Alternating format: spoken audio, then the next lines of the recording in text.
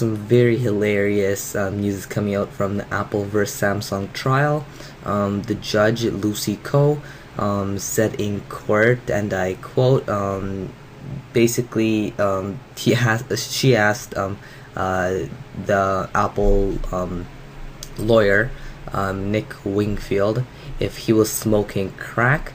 He responded with, you are, so you are honor, I'm not smoking crack. And then he later updated his comment saying, your honor, I mean, because there's a typo with the whole you are. So yeah, now I think this is hilarious, and this all comes out because this guy submitted a 75-page report, I guess, about the witnesses that possibly will not be called.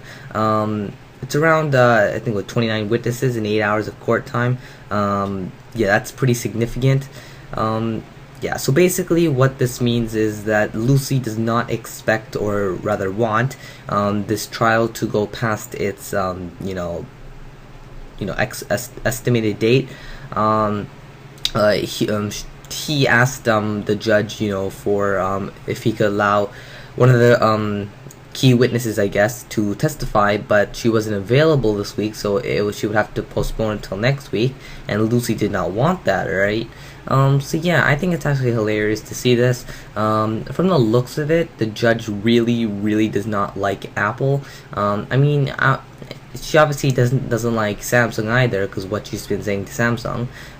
But from the looks of it, definitely hates Apple more. Which I guess would be, I'm interesting to see how this all turns out, though, because from the looks of it, all the evidence that's coming out, it looks like the evidence is really strong towards Samsung winning. And that would be very huge move if Samsung wins, or if Apple wins. Because if Apple wins, consider Google might be in hot water over this, because this whole thing is really more or less about Android. It's not about Samsung. It might be about Samsung to some degree, but it's more or less for Android. And Google obviously owns Android. Now if Samsung wins this, then it's just like an Android win. It's a Samsung win, but more or less an Android win.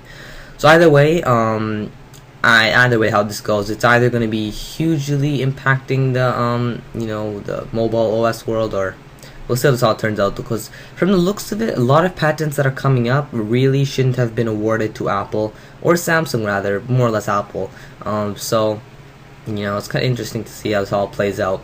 Anyways, comment, rate, and subscribe.